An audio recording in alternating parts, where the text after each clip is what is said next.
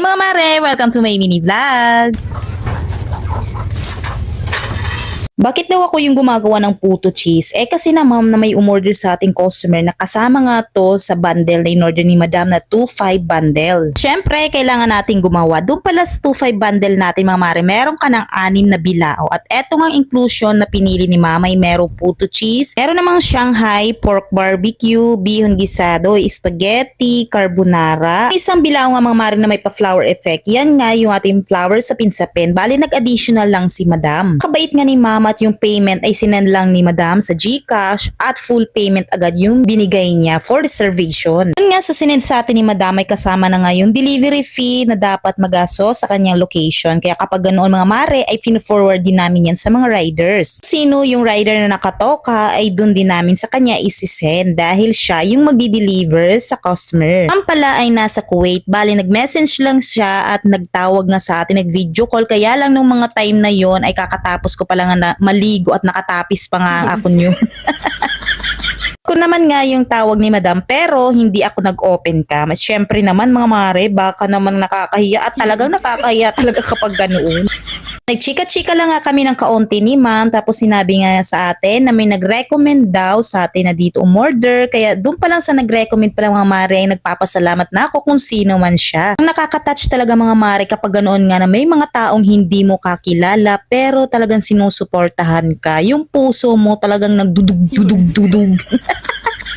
Mas pinagbubutihan pa namin yung aming mga ginagawa dahil we're not perfect but we're trying our best. Iniiwasan talaga natin mga mare na magkaroon ng mga bad feedbacks lalong-lalo na nga na pagkain yung siniserve natin. Bet ko yung pagkakaumbok ng puto cheese natin dito mga mare dahil nga siguro to sa liner na ginagamit natin. Yung liner pala na ginagamit ko dito ay 1 ounce. Dati kasi 2 ounce yung una kong binili dahil hindi ko pa naman alam yung ano talaga yung dapat na gamitin para nga dito sa medium size na mold. Tapos yung kinalabasan mga mare ay talagang umbok na umbok siya. Parang nag-exceed pa nga siya sa liner. Okay naman yung pagkakaumbok niya mga mare. Kaya lang yung texture ay parang naging pudding na siya. Dahil malaking malaki na nga. So sabi ko hindi dapat na ganito. Kaya nagpalit tayo. Bali 1 ounce na lang. Eto na talaga yung ginagamit nating permanent. Hindi naman siya mga mare kapag 1 ounce yung ginamit nyo. Dahil hindi siya yung siksik na parang mabubulunan ka na nga kapag kinain mo. Sa akin kasi mga mare kapag siksik ay nagda-dry na nga yung ating puto cheese. Kaya dapat hindi masyadong siksik. O diba? Word for the day ay siksik.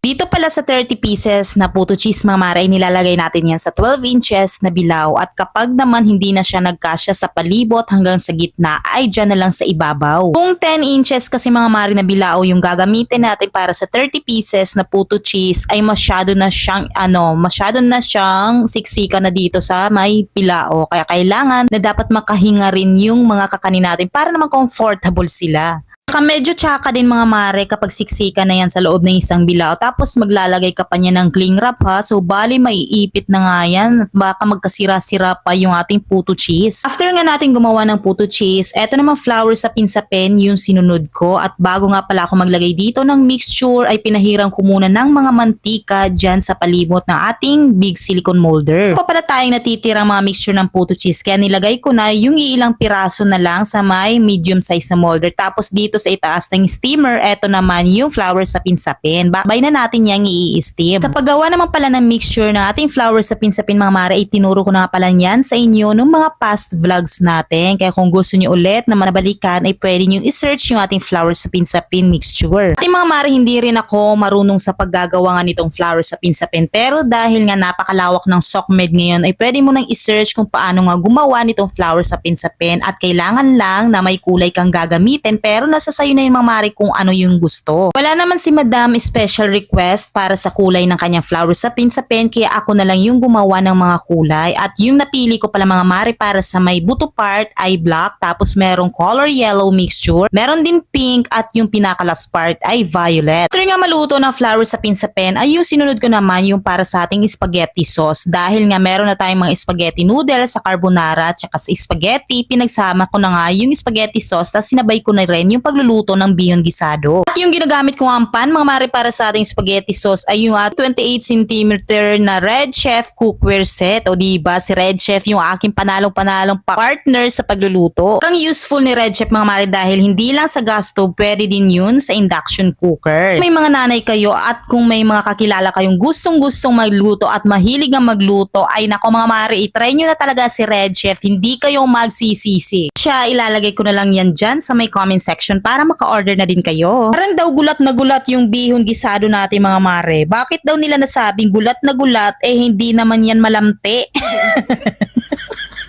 Baka gusto mo lang magulat, pwede kang umorder ng bihon gisado natin at isasama mo yan sa ating 3-for-1 cake kung gusto mo naman na may Shanghai ang kasama. Ang mga puto cheese na nasa styro natin mga mare ay mga excess nga to sa bilao at dahil nga dyan pinost ko nga to agad at minain agad yan ni Ma'am Jessa na isa nating suki. Pag naluto na nga yung ating flour sa pinsapin ay papahingahin lang natin hanggang sa lumamig yan dahil kapag mainit pa yan mga mare na i-unmold natin yan ay baka magdikit-dikit yan talaga, kaya ganyan yung ginagawa ko sa ating flour sa pinsapin. Pagkatapos ko talaga maluto yung puto cheese, eto yung sinunod ko para habang nagluluto ako ng mga carbonara at saka naman yung spaghetti sauce at pagpiprito ng Shanghai ay lumalamig na nga. Para naman kapag ina-unmold natin yan ay napakadali na lang. Gamit ko palang bilao dyan mga mare ay 10 inches at kita nyo naman na hindi talaga yan yung sobra-sobra. Talagang fit siya sa 10 inches na bilao. Wala akong 6 pieces na ganito mga mare at pare-parehas lang. Hindi ako nagbabago dahil subuko na nga itong big silicone molder na napakaganda at kung gusto nyo rin yan, ilalagay ko din dyan sa comment section. Pagkatapos nga natin sa flour sa pinsapin at iba pang mga spaghetti at carbonara ay dito ko naman sinunod yung sauce para sa ating carbonara. At yan nga ay natapos na sa lahat na may 6 bilao with additional na flour sa pinsapin. So yun lang muna mga mare for today's video. Thank you for watching. Bye!